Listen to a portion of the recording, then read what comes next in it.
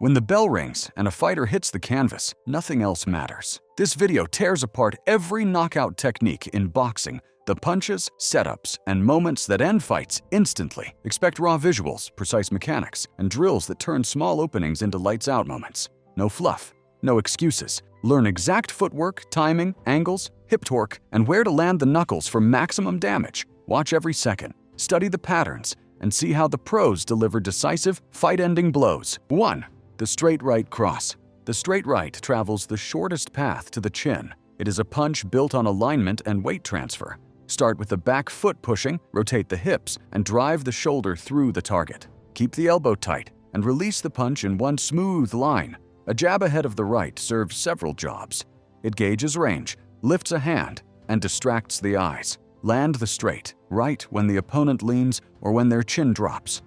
Precision plus speed will break a neck and finish a round. Thomas Hearns used it from distance to snap opponents' heads back. Floyd Mayweather often hides it behind his jab for lightning-fast counters. 2. The left hook. A hook attacks the side of the head or jaw from a short arc. It is most dangerous when the defender's guard sits high in front or when the chin turns.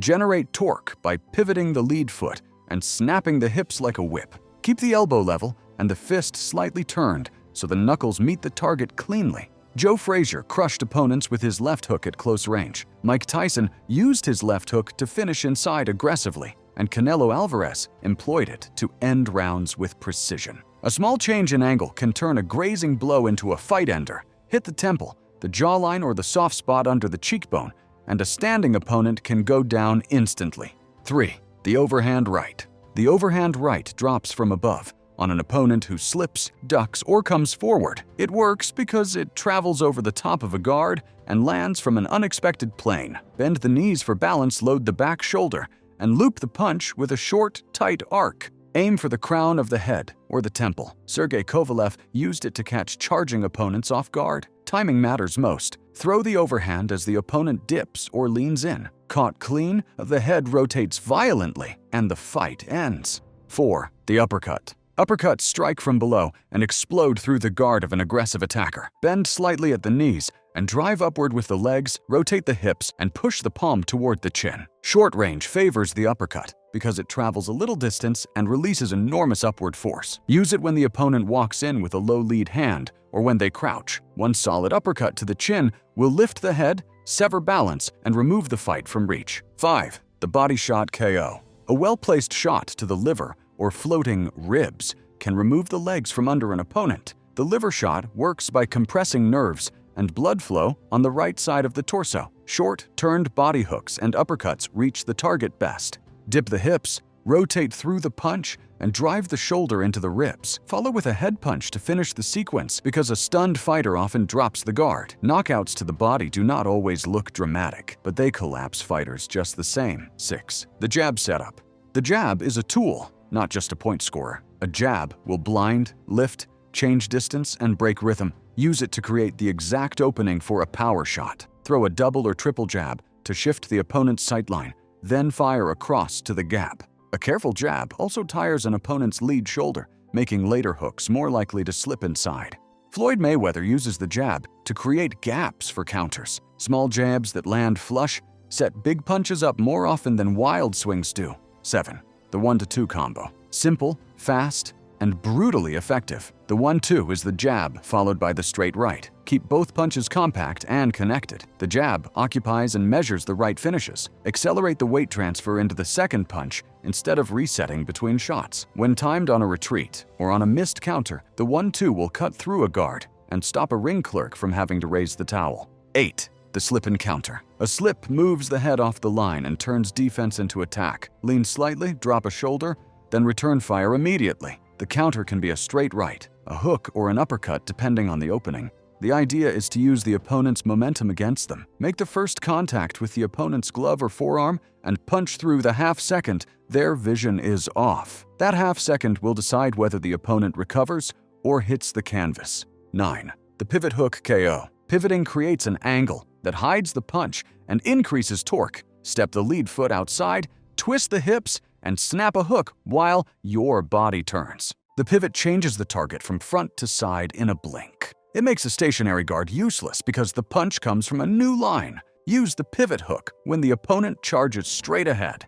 The hook will land on an exposed temple or the jawline rather than the cushioned center of the face. Pernell Whitaker used pivots to land tight hooks on charging opponents. 10. The double jab right hand. Never mistake two jabs for redundancy. They are a tactical tool that breaks a tight guard and creates a narrow lane for a heavy right hand. The first jab is an eye and chin level probe that lifts the lead shoulder and forces the defender to split focus. The second jab comes quicker, slightly altered in height or timing, and holds the hands where you want them. That tiny change in elevation makes the defender reposition a fraction of an inch. That fraction is enough for the right hand to travel down a corridor through the middle. Mechanics matter. Plant the back foot on the first jab so the rear chain is loaded from the start. Do not reset between jabs. Let the weight roll through in one continuous motion. On the second jab, shift the eyes and hips a millimeter off center so the opponent follows with his guard. Then compress the rotation of the rear hip into a short, snapping right. Keep the elbow tight on the drive and release through the target in one smooth whip. The finish is a connected movement. Double jab shapes the opponent. The right hand finishes the job. Timing and variation make this sequence lethal. Alter the second jab's line by throwing it slightly lower to drag the hands down, or throw it a touch higher to bring the eyes up. Use quick, compact jabs at close range to break a high, glued guard. Use longer jabs at distance to draw out a stiff front hand and create a central gap. Against fighters who hold a static high cover, a well-placed double jab will split the hands long enough for the right to snatch the chin. 11. Timing over power. A punch delivered at the exact instant of maximum opponent vulnerability multiplies force without extra effort. Power comes from both the striker and the moving target when timing is correct. The trick is to wait for the opponent's motion peak, a step, a committed strike, or a reach. A punch that lands as the opponent drives forward will carry both their momentum and yours, which produces a knockout that looks easy and precise rather than brute. Train the eye to read micro movements. Watch how the shoulder lifts before a jab, how the lead foot shifts on a push, and how the head tilts when balance changes. Load a compact punch in that split second and release. So, the two forces add together. Keep the shot tight and focused. Overreaching destroys timing. A compact, well-timed strike delivered when the opponent cannot brace does the work for you. Timing can also convert modest physical power into a decisive blow. Do not try to overpower a naturally stronger opponent. Instead, synchronize your attack so their own motion becomes the engine of the knockout. This principle works for straight rights hooks and uppercuts. The cleaner the timing, the less raw strength you need to end the fight. Manny Pacquiao timed his left to meet Ricky Hatton's step forward, turning Hatton's momentum into the knockout. 12. Feints to draw a mistake. Feints are controlled lies that force a response. A single believable feint makes the opponent bite, reveal a gap, and commit a new position. Use mini feints, a shoulder dip, a jab tap, a shifting weight cue. Keep the motion small and fast, so the opponent does not have time to second guess. The aim is not to fool forever, but to provoke one mechanical reaction that opens a path for a real strike. Follow with an attack on the reaction, not on the fake. If the feint lifts the lead hand, attack low. If the feint pulls the head, throw over the top. The feint's success depends on subtlety and context. Repeat patterns where appropriate, but vary the tempo. Vasyl Lomachenko feinted constantly to bend opponents into predictable moves. Alexander Usyk uses tiny head and shoulder cues to bait a defensive change before striking. 13. Angles and footwork. Angle creation is a force multiplier.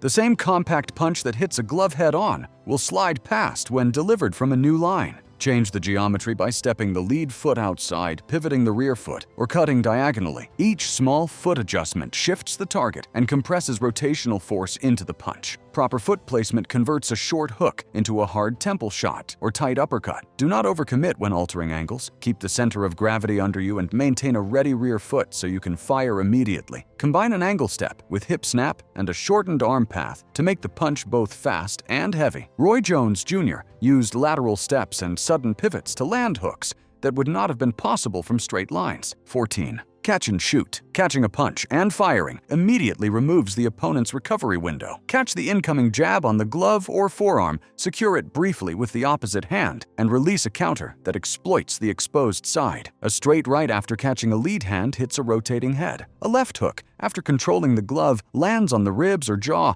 while the defender's arm is stuck. The timing is tight control for a quarter of a second and then explode. Floyd Mayweather mastered this by catching jabs and snapping counters. Ali used his shoulder roll to trap punches and fire the right hand instantly. The catch does not mean cling. It means brief control and instant punishment. 15. Countering lazy jabs. Lazy jabs are invitations. When a jab lacks snap, it extends the opponent's lead and leaves the chin aligned with your target. Close the gap with a sharp straight or a hook over the top. Read where the jab finishes and put a counter at that exact point. A lazy jab often lands with the elbow down, which opens space for an uppercut. Train to spot the jab's finish. A correct counter will not only score, but will take the opponent's confidence away. A single cold counter will make them rethink every lead hand for the rest of the night. 16. Against the ropes trap. Trapping a fighter on the ropes removes escape options and multiplies the effect of each blow. Control the head with a lead hand